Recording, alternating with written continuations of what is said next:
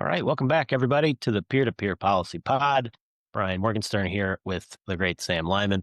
Remember to hit like and subscribe. Follow us on social media at MorgensternNJ on X, at Sam Lyman33. We are talking about garbage time for big media having destroyed their own credibility over many years, but certainly over the last couple of months.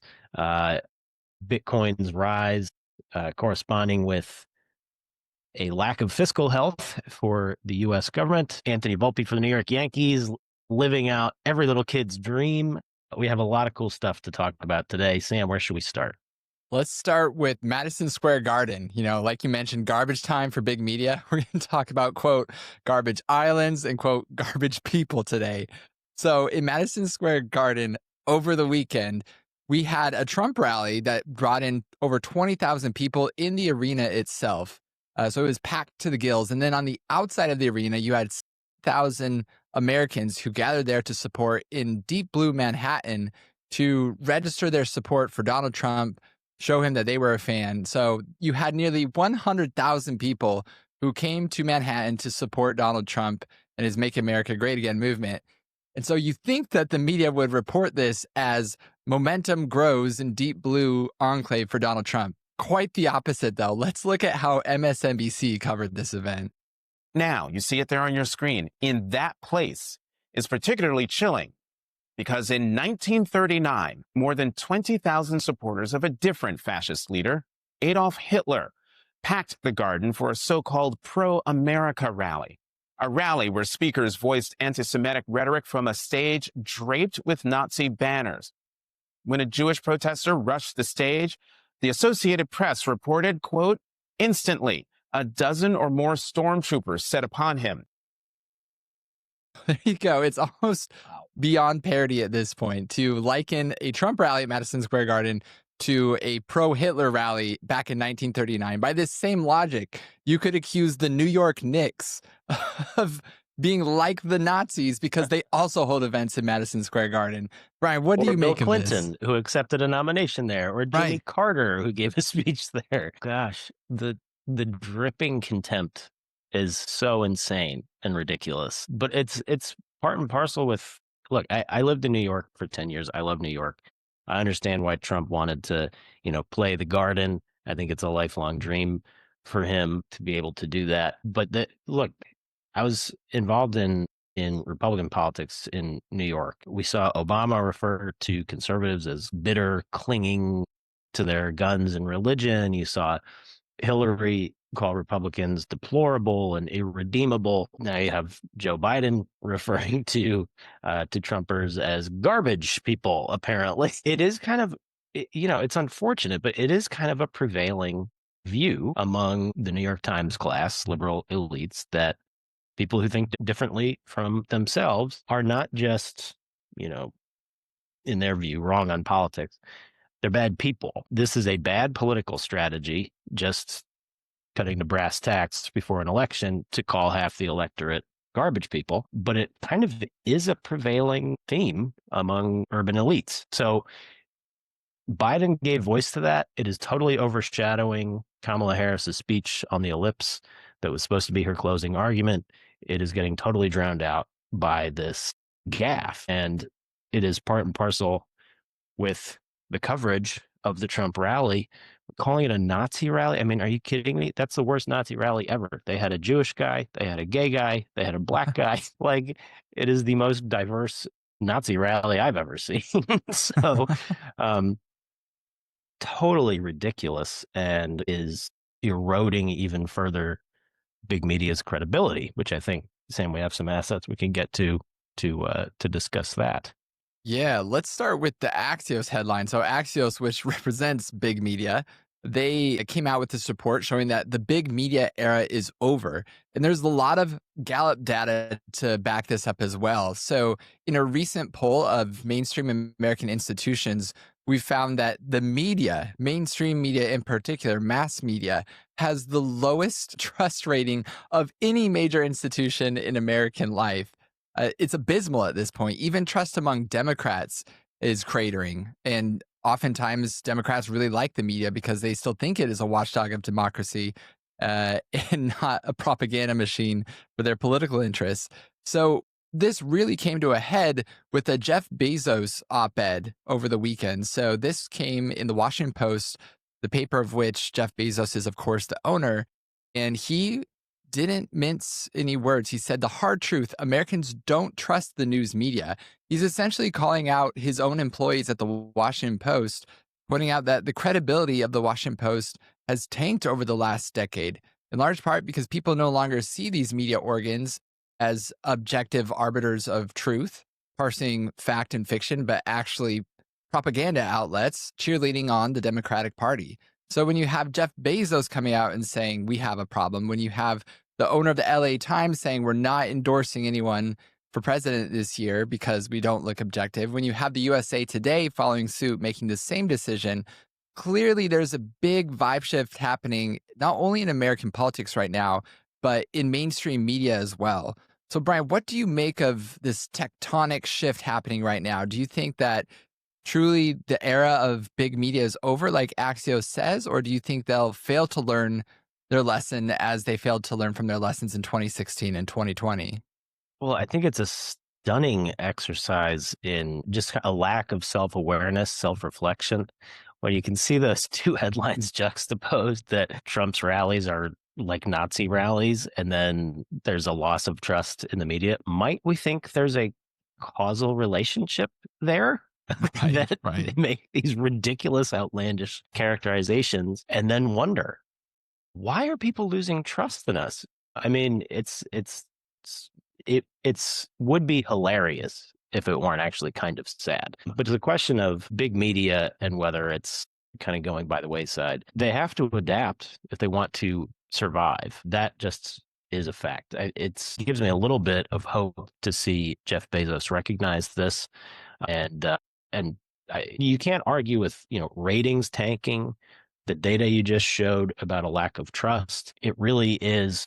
I think they're going to have to sunset this relentless cheerleading and propagandizing if they expect to maintain any kind of relevance and not just playing to their hardcore clapping seal, far left supporters. There were, what was it? I mean, and we can get into this. I think it was 30 million views or something of Trump on Rogan and listening to his long form answers about everything from the economy, why he thinks tariffs are necessary to bolster U.S. manufacturing, how he's going to release the JFK files if he gets elected, his thoughts on UFOs. I mean, it was wide ranging and very interesting, and it got multiples more eyeballs than any article or segment on a mainstream media outlet. So I think the gauntlet's been thrown down. They have to adapt in order to survive.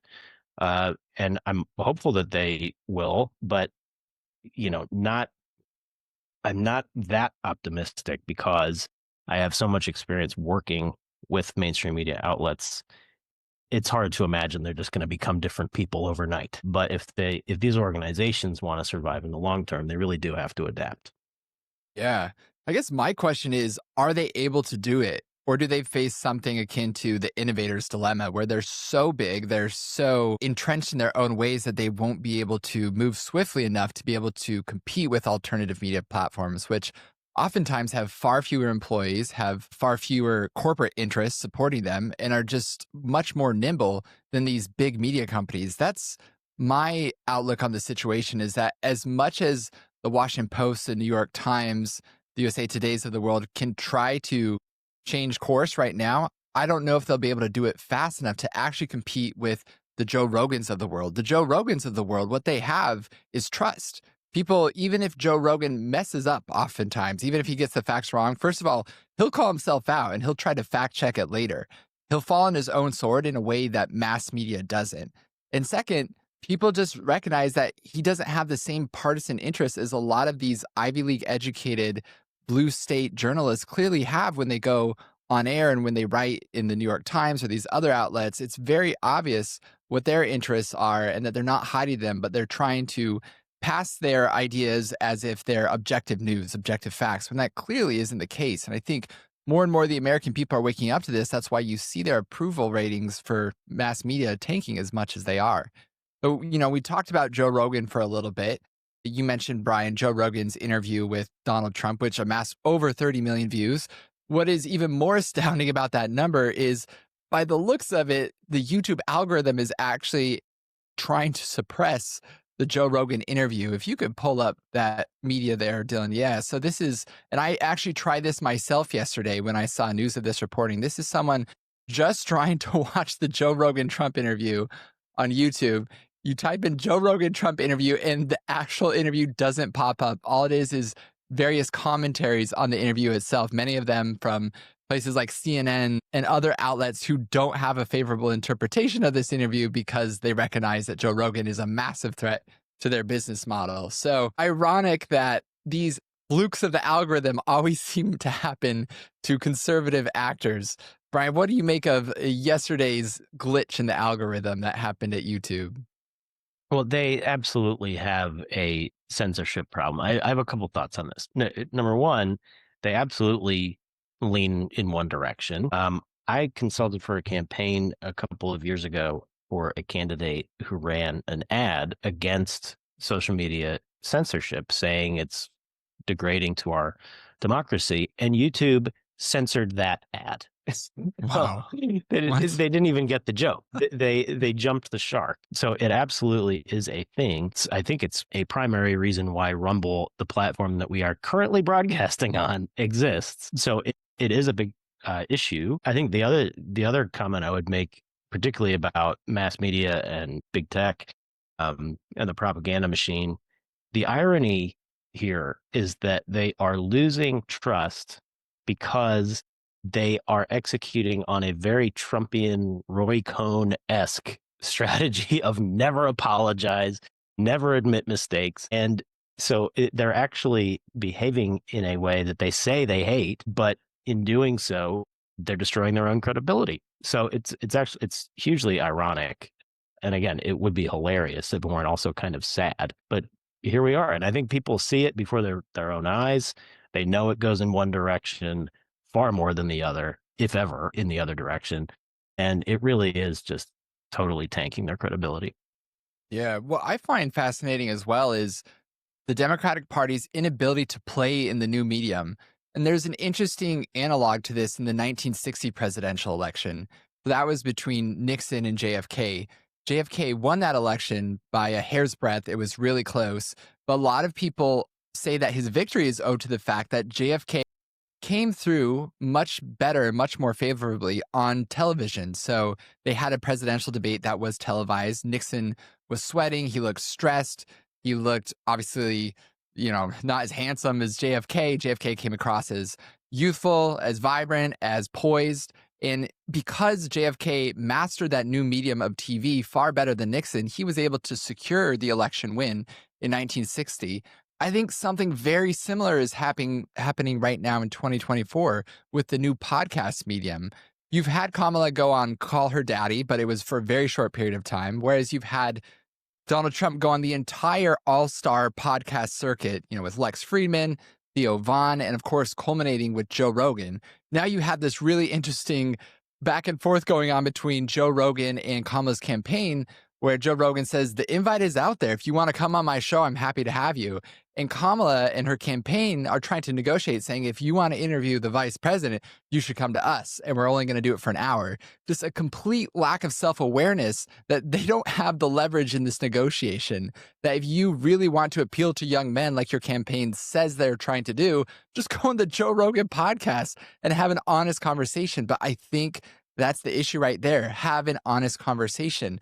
Kamala Harris clearly has been inept in having any kind of honest conversation because she can't stray from her talking points. Her talking points keep her confined and keep her true views and her true motivations hidden from the American people. But what's fascinating to me is that the Democratic Party, which has most typically been the party most aligned with tech, especially with Barack Obama in 2008, 2012, they seem to be out to lunch. They seem to be completely incapable of playing in this new media environment with podcasts, with social media, with TikTok and Instagram influencers. They seem to be less adept at this than Republicans. And if Donald Trump wins this election, I think it's in large part because he knows how to play in this new medium.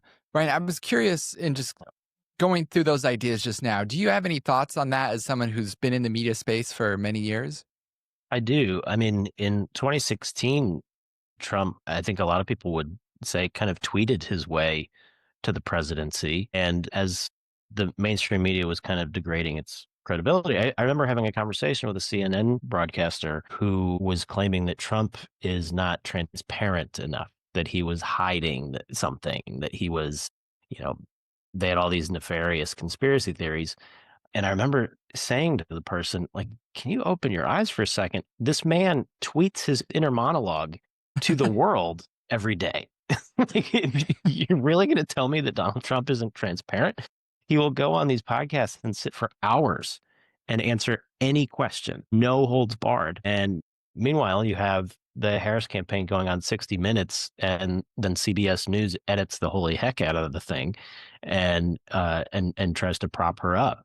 It's really a yin and a yang here that we're seeing, and they still don't really get it. So if 2016, if Trump tweeted his way to the presidency, I think in 2024, if he is successful, it seems like he's podcasted his way to the presidency. So very adaptable, especially, for an older candidate. He's obviously a lot closer to our parents' age than our own, but he is adapting and meeting the voters where they are, which is a well-trodden campaign hacky term, but it is very apropos in this instance that he's changing with the times. He's reaching the voters where they are. He was even bragging to Joe Rogan about how he's on TikTok and he's going gangbusters. The New York Post ran a story about this, about how successful he is on social media, in particular TikTok, an app that he was considering banning and issued an order to basically start a ban of it. When he was president, he's totally gone the other way and realized it's a very effective way to reach voters. So the adaptability you're seeing in the Trump campaign, I think, is a real asset for them. And the intransigence of the Harris campaign, I think, is an Achilles heel for their side. Yeah, 100%. I think Barron Trump behind the scenes doesn't get enough credit for suggesting to his dad where he should go, which podcast he should go to. I get the sense that he's got some good counsel from his youngest son. It'll be interesting to see the role that he plays in years going forward. Very tall. 6'9". That's insane. Yeah. That's a big 18-year-old. Holy moly.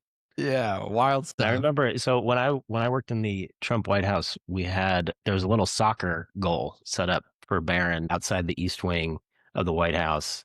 And you'd see this little kid out kicking around a soccer ball, and now he is a 6'9", 18-year-old giving very good advice on social media strategy. So things change awfully quickly.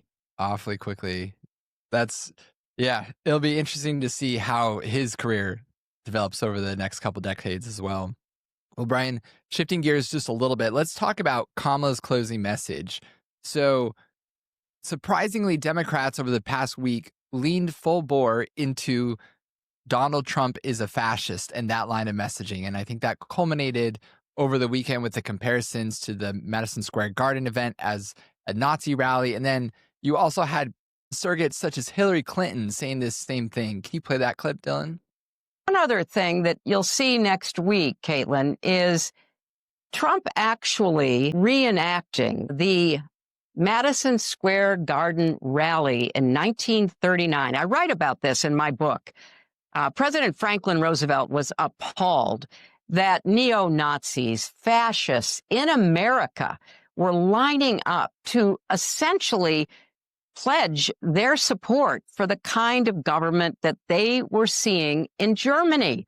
So I don't think we can ignore it. Now, so why did MSNBC run with their headline that this was a quasi-Nazi rally? Because they're Democratic talking points. It was planted by someone like Hillary Clinton, someone as high up in the Kamala campaign. So I watched this, and it doesn't seem like the tactic of a winning campaign to compare half the country to fascists and Nazis and to accuse them of supporting somebody who's a fascist. So either Kamala's getting really bad advice or she sees this as a way of genuinely activating her base. But it just doesn't add up in my mind. I'm curious what you think about this closing message from the Kamala campaign. Well, it's pretty crazy. Number one, because of what I just said. Years back, you had Obama saying Republicans were bitter clingers, clinging to their guns and religion. Hillary apparently has learned nothing after calling Trump supporters deplorable and irredeemable. Obviously, this comparison to Nazis is insane and horribly offensive. But there's another layer to it. Is that it's not simply bad strategy on the surface. It's also horribly inauthentic. I mean, just a month or so ago, whenever it was, when Kamala was asked at a town hall, does she have anything nice to say about Trump? She basically said, "Oh, I don't really know him. I just met him on the debate stage." Well, that's a pretty fast evolution from like I don't really know him to he's a fascist. I mean, this is what someone would say if they feel like they're a kind of I don't know how to say it, like a rat in a cage, or you're painted into a corner and you're in kind of a defensive crouch and you're just grasping at straws. I guess this is what you come up with. But like I said, it's bad strategy on at least two levels. One is it's just not credible on the surface, and it's horribly offensive and motivating to Trump voters. And it's totally inauthentic. Nobody believes that Trump, for example, with the latest hullabaloo about Puerto Rico, nobody believes that because a comedian made a joke, a roast comic made a joke, no one believes that Trump hates Puerto Rican people. That's insane. And of course, false. And I don't think anybody really believes that Kamala thinks Trump is a fascist. I mean, it's just totally uncredible. So the inauthenticity plays right into the Trump camp's theory of the case, which is that she's a puppet, that she actually doesn't have original thought. She's been, attached to every decision during the Biden regime and all these grand promises she's making. Well, why didn't she execute on any of these policies over the last 4 years? She doesn't come off as genuine. She doesn't come off as a free thinker. She comes off as kind of a puppet of this regime that is just parroting this ridiculous talking point. And if she doesn't have enough critical thought to say, I actually don't think half of my would-be constituents are horrible people, then I think that speaks to just a total lack of political skill and finger on the pulse of the electorate. People saw a Trump presidency for 4 years. They don't believe that the host of The Apprentice was a Russian spy for 3 years. That was totally debunked. They don't think he's a Nazi sympathizer. They know what they get with Trump. And so people's own eyes and ears debunk this kind of insane rhetoric, I think. Yeah, I agree. And I think it's disqualifying for a major presidential candidate to even intimate that half of America are Nazis. It's an absolutely insane proposition. Very, very disappointing stuff. And so to switch gears a little bit, though, let's talk about happier things. Let's talk about Bitcoin, right? But there is still some overlap with Bitcoin and the election right now, because a lot of people are saying that the Bitcoin price reflects people's bullish feelings about Donald Trump himself. So while all this craziness on the campaign trail is happening in the background, you have Bitcoin quietly creeping up towards its all-time high. It's tickling its all-time high right now of 74,000. We reached above 72,000 yesterday. It's looking pretty strong still. Brian, do you think that there's credence to this idea that people actually are pricing in a Trump win as reflected in the price of Bitcoin? Possibly. Look, Bitcoin is still a little bit of a nation asset. It's sort of its own asset class. It's only been around about 15 years. It has been viewed, I think, by market participants a little bit like a risk asset, in the sense that, when the market goes up, Bitcoin typically goes up. When the market goes down, one of the ways people de-risk is they start selling their Bitcoin, the price of Bitcoin goes down. So it has, over its young history, tended to kind of go along with market trends. And right now, with inflation, perceived and actual, inflation. People who own hard assets, gold, Bitcoin, their home, stocks, those sorts of assets tend to go up in value when you have an inflationary environment, while of course the purchasing power of the dollar goes down. I think there's a couple of factors at play here. One is I think the market seems to be pricing in a Trump victory, and some very legendary investors have been making similar comments recently. So with the market pricing it in, I think you're also seeing the trend of Bitcoin going up. There's also this issue that we should get into, which is about US debt and the debasing of the dollar, and how Bitcoin is, at least theoretically, and I think will be as the market matures even more, a hedge against bad fiscal policy and the fiscal lack of fiscal health, I think, in the US. That's become obviously more pronounced in recent years, with the government running $2 trillion deficits every year and seemingly no end in sight, maybe aside from this possible Department of Government Efficiency. If Elon is tapped, if Trump is successful and he allows Elon to come in and find efficiencies in the government, then maybe you have a little bit of a course correction. But it's hard to see an easy way out of this situation with the U.S. government debt soaring. So I think those two factors probably contribute to Bitcoin's run up right now, that people are kind of pricing in a Trump win, and they're also looking at our debt situation and saying maybe we need a hedge here. So I don't know. That's my theory of the case. Yeah, I think you're spot on. Let's talk about different countries pricing in the debt situation in the United States, because we now have reports that certain BRICS countries are accumulating Bitcoin on the assumption that Uncle Sam will continue to print money. Let's watch that clip. Yeah, it's a non-U.S. asset. It's an emerging markets asset. And while we were all hyperventilating about the election over the last week, BRICS had a conference in Russia. There's 6 new members of BRICS this year. So BRICS GDP is now greater than the combined GDP of G7. Of the 6 new members, 3 of them, Argentina, the UAE, and Ethiopia, are now mining Bitcoin with government resources. So there is tremendous urgency outside of the U.S. to find a way to circumvent the irresponsible fiscal policy that we've been running here in the U.S. There you go. Now we have nation states reportedly accumulating Bitcoin as a hedge against the devaluation, the debasement of the US dollar. So, Brian, you mentioned as well our public debt situation. Really interesting data on that. Can you pull up the tweet about the Kobasi letter? So this is really interesting. The U.S. public debt situation is going to get worse. U.S. net interest payments as a share of GDP are expected to reach a record 4.6% next year. So to put that number in perspective, that's double our levels in World War II, and it exceeds all-time highs in the 1990s. So Brian, I know you've talked a lot about our debt situation at this point.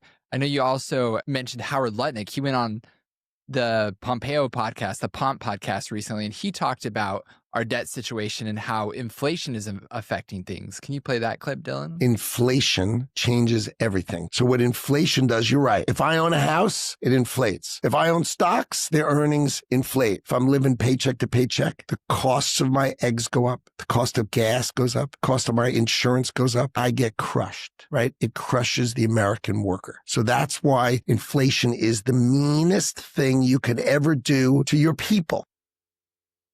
Inflation is the meanest thing you could ever do to your people. It's also the most subtle and sinister, I would argue. I remember during COVID, people were really excited about their COVID checks coming in the mail, thinking that it was free money, not recognizing that the whole time it was really something that would cause severe inflation later on. When we print money without any consequences, it's something that impoverishes all the American people, but especially those who are at the bottom of the ladder who don't own assets. So, Brian, I know a lot of people are tying Bitcoin's performance to the outcome of this election. I think that Bitcoin will succeed regardless of who is president next. But there's also an argument to be made that if Kamala becomes president, inflation could get even worse. That would obviously have implications for Bitcoin. What's your thoughts on all of the above? Well, something that Howard Lutnick was saying on Anthony Pompliano's podcast, Pompliano, not Pompeo. They're two very different people. I was like, Mike Pompliano? No. Yeah. But something we've talked about on the show, look, inflation is destabilizing to a society because, as Howard Lutnick correctly pointed out, owners of things get richer while people who live paycheck to paycheck get poorer. And so you have a yawning of the gap between the haves and the have-nots. That is destabilizing to a society. And I agree with them. It is one of the meanest things you can do. And it harkens back to, I think it was a Milton Friedman idea that Elon Musk echoed recently that I think is absolutely correct, that whether the government is increasing direct taxes on its people or not, deficit spending is itself a form of taxation, because when the government prints money relentlessly, it means that every dollar that already exists is worth less. And so spending is its own form of taxation, separate and apart from direct taxation. So can we play that clip, Dylan, of Elon basically making that point, which I think is very relevant today and should help inform voters in the way they think about policy? A very important point that I think is important for people to understand is that all federal spending is taxation, because what they don't receive, what the federal government doesn't receive in direct revenue, they make up for in inflation. They just print money. So all federal spending is taxation. Very important principle. Almost nobody, very few people seem to, even like, somebody's like spend their life in economics. I'll mention to them, hey, all federal spending is taxation. They're like, first they'll argue with me and then they will agree. It is. Because it is either direct tax revenue or it is inflation. All federal spending is taxation. So we must reduce federal spending or we will go bankrupt as a country. Yeah, very concisely put, and he's absolutely right. And he said he wants to find $2 trillion in cuts as a way to reduce federal spending. Howard Lutnick seems enthusiastic about helping with that. And it's, in all honesty, it's what the country has to do to restore its fiscal health and to get back to a place where the middle class is expanding. You have a broader tax base, you have people earning more, you have key items costing less. That's what we need to do in order to have a more stable, more prosperous society. And government spending is not the answer to everything. Economic growth is the answer to a lot of things, though. And in order to have really strong growth, you have to have a healthy fiscal, balance sheet for the country. So very hopeful in hearing those comments from both Lutnick and Elon.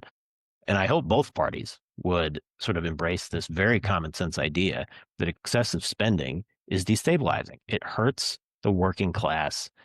It makes rich people richer and poor people poorer, and that is destabilizing. So we have to fix it.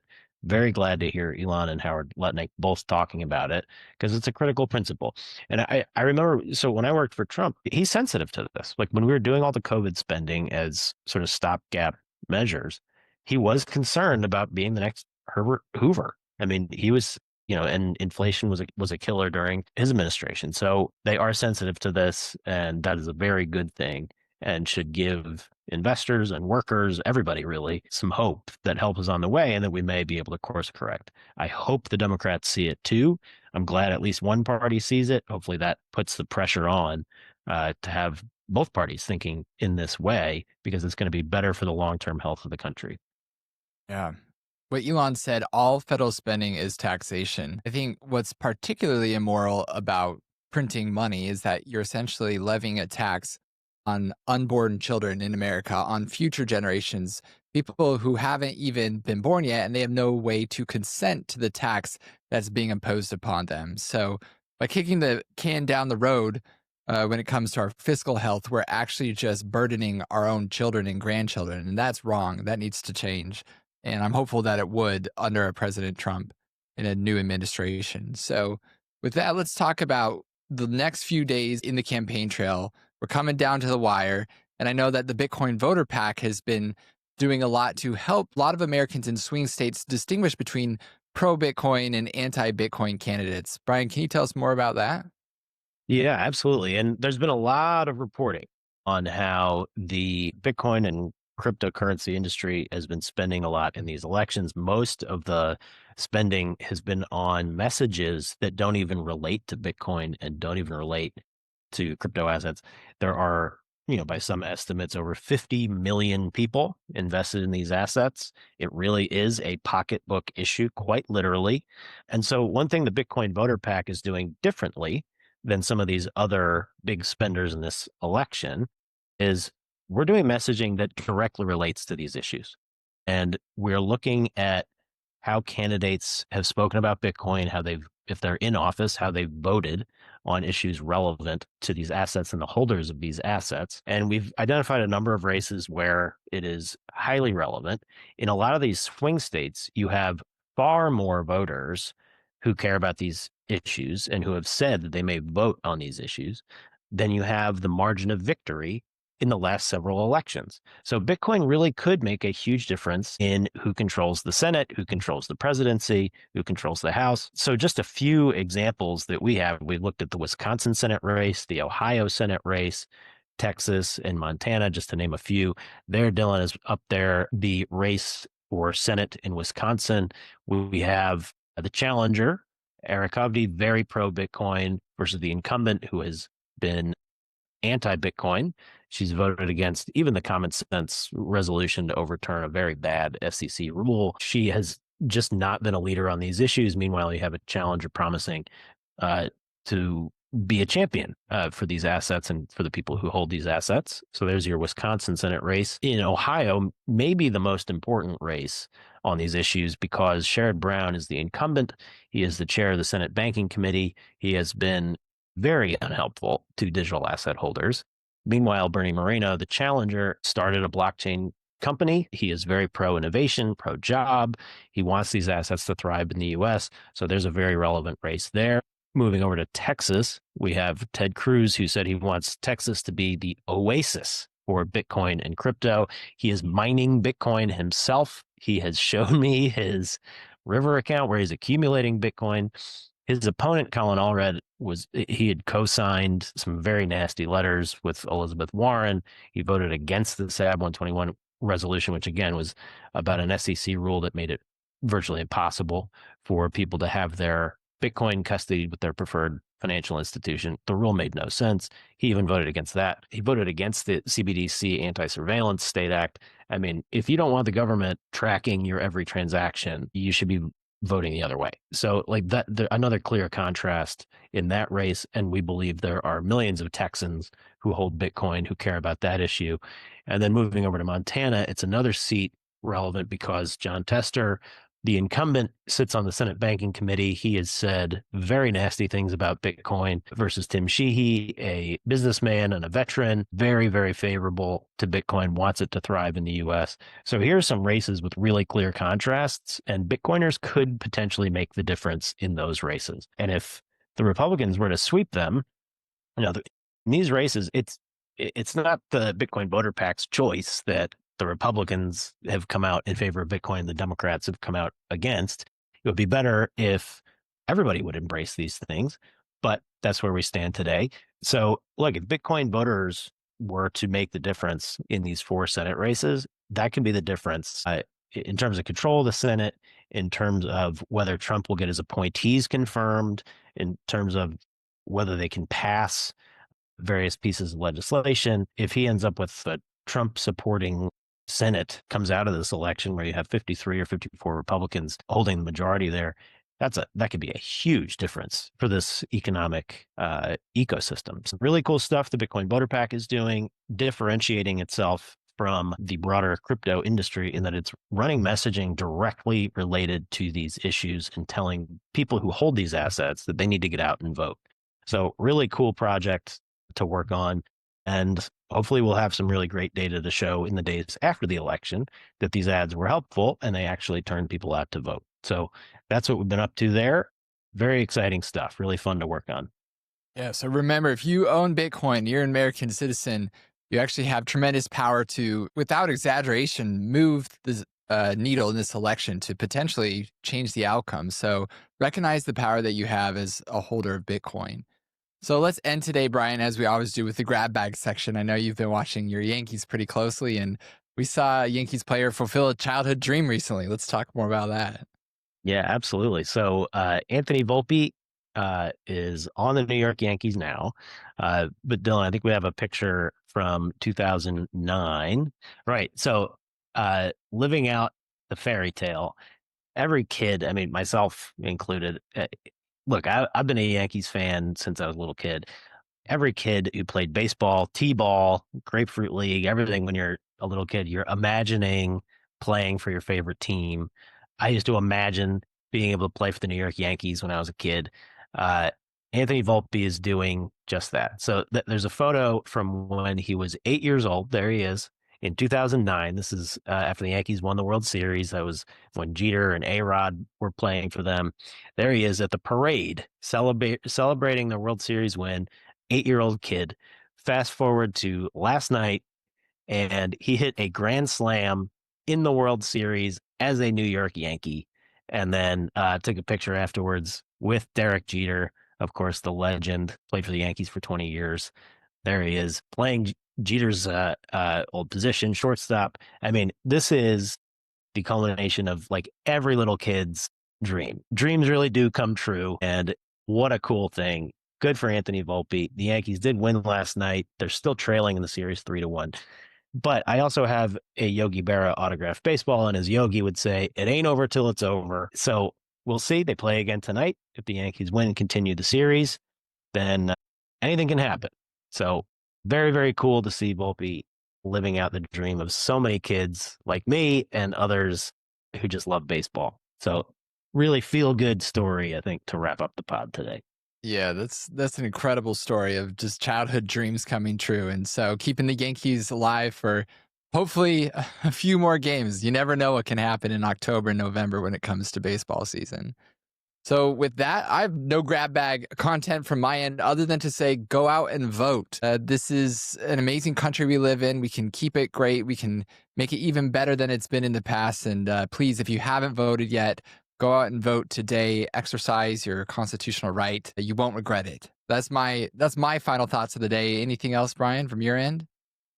I think that's good stuff. Yeah, get out and vote, everybody. Follow us on social media at MorgansternNJ on X. Like and subscribe. If you have questions for us, or you like something, or you don't like something, send us a note. We'd love to hear from you. Thanks for watching, and we'll be back next time on the Peer-to-Peer Policy Pod.